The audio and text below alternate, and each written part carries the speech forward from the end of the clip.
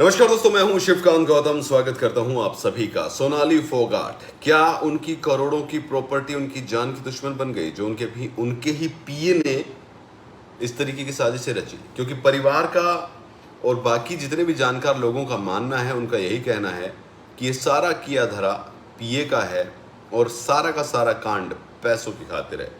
तो आखिर इतनी कितनी प्रॉपर्टी थी? गुड़गांव में एक फ्लैट बताया जा रहा है जो कि किराए का बताया जा रहा है। क्या वो फ्लैट किराए का है या फिर खरीदा हुआ है? क्योंकि जब परिवार वालों ने उस फ्लैट की चाबी मांगी तो पीए ने साफ कहा कि वो फ्लैट तो मेरा है। चलिए आपको बताते हैं कि सोनाली फोगाट के पास कितनी प्रॉपर्टी थी। हम सब जानते हैं कि सोनाली फोगाट एक अभिनेत्री थी। हरियाणा में बड़ा बड़ा नाम था उनका। म्यूजिक वीडियोस भी करती थी। जी टीवी के एक सीरियल में भी आ चुकी थी। बिग बॉस में भी वो जा चुकी थी, जहां उनकी अच्छी खासी फीस थी। तो चलिए आपको बताते हैं कि आखिर क्या था। सबसे पहले जानकारी ये मिल रही है कि सोनाली फोगाट का नोएडा में भी एक फ्लैट है जो उनका खुद का है। इसके अलावा गुड़गांव में एक फ्लैट है।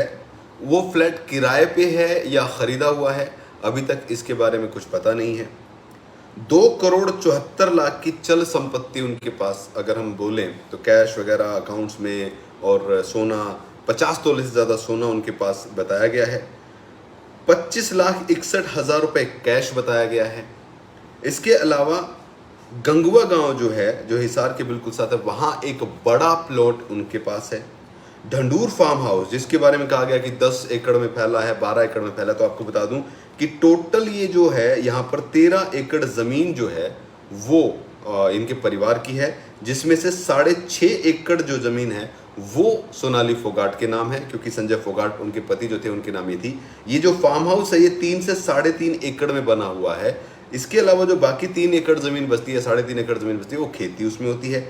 लेकिन इस जमीन की वैल्यू अगर मैं आपको बताऊं, अगर ये 7 एकड़ जमीन है तो यहाँ पर जमीन की वैल्यू करीब करीब 4 करोड़ की, यानी कि 2830 करोड़ की प्रॉपर्टी जो है ये जमीन की बनती है।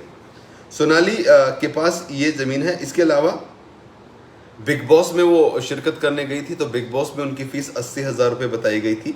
32 दिन वो वहाँ पर रुकी थी, यानी कि करीब करीब 5 हफ्ते, यानी कि वहाँ पर जो है 5-7 लाख रुपए का था। लेकिन अगर हम उनकी फिल्मों की बातें करें तो वो 20 लाख रुपए तक चार्ज करती थी, ये बात थी।